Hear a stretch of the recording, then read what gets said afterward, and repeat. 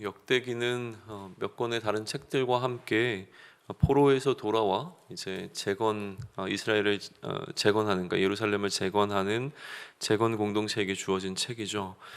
이 공동체에게 지금 과거로부터 오늘 그들이 지금 처해 있는 이 역사적 상황까지 그간에 어떠한 일들이 있었는지를 이 역사의 흐름을 통해서 전하고자 하는 그 계획을 이 역대기 기자는 세웠는데요.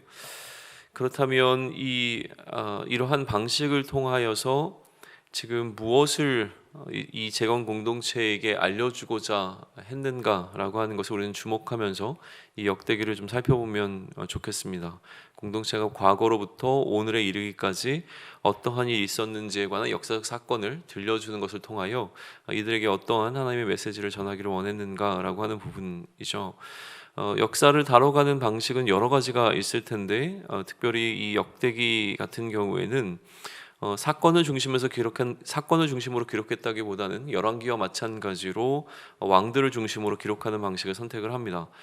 특별히 분열 왕국 이후에는 남유다 왕들만을 좀 다루면서 다윗의 언약이라고 하는 것이 어떻게 흘러가고 있는지에 좀 관해서 주목하며 기록했다라고 좀 이야기가 되어지죠. 왕이 세워지기 이전의 역사에 있어서는 족보의 형태로 좀 기록을 해내고 있습니다.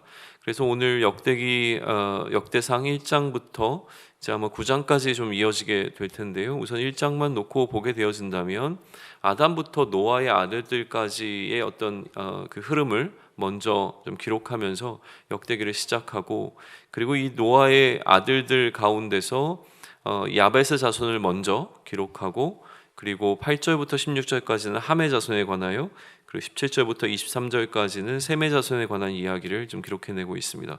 그리고 셈부터 아브라함의 아들들까지에 관한 어떤 흐름을 24절부터 28절까지 기록하고 난 이후에 이 아브라함의 자손이었던 이삭과 이스마엘, 그 중에 이스마엘의 자손을 29절부터 33절까지, 그리고 이제 그 이삭의 자손에 관한 이야기를 34절부터 시작을 하게 되어지는데요. 이삭의 아들은 에서와 이스라엘이었는데 에서의 자손을 이제 먼저 기록하죠. 그래서 35절부터 42절까지가 이 에서에 관한 자손. 그리고 나서 이스라엘에 관한 그러니까 이스라엘이라고 이름되어지고 있는 이 야곱에 관한 어떤 자손들에 관한 이야기를 시작하기 이전에 에돔 땅을 다스리는 왕들에 관한 기록을 43절로부터 54절에 기록하면서 오늘 1장을 이제 마무리를 합니다. 이처럼 이러한 방식으로 이제 계속 역대상 1장부터는 한동안 이 족보에 관한 흐름을 이어갈 것이고요. 또 특별히 이스라엘 지파가 어떻게 구성이 되어서 흘러왔는가, 그리고 지금 현재 그 이스라엘 지파는 어떠한 모습을 갖추고 있는가까지의 어떤 이야기로 1장부터 9장까지를 채워나가게 될 겁니다.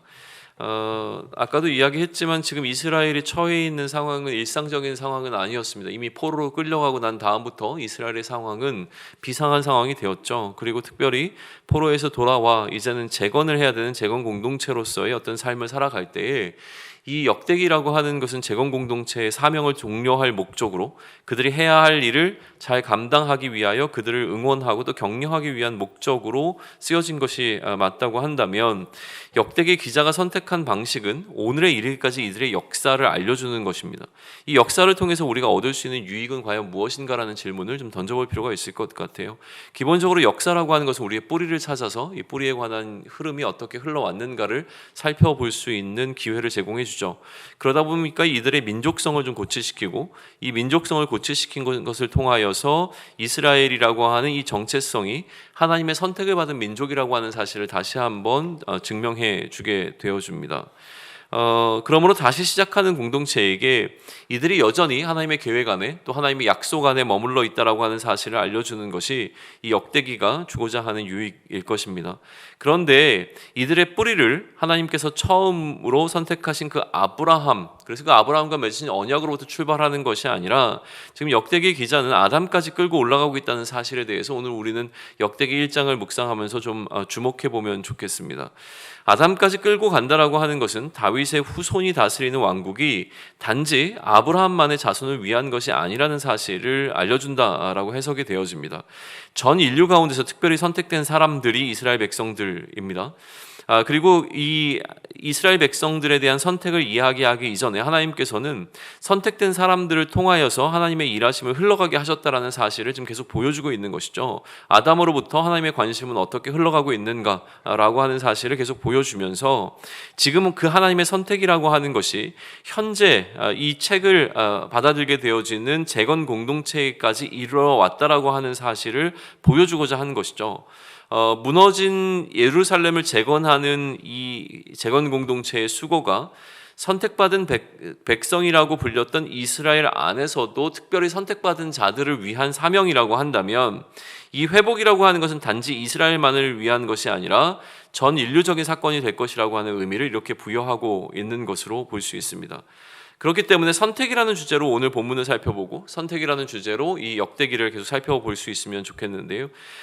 선택이라고 하는 것은 단순히 선택받았다라고 하는 것을 넘어서서 이 선택하신 이유, 다시 얘기하면 그 사명에 대한 부분을 우리는 살펴보아야 하는 것이죠.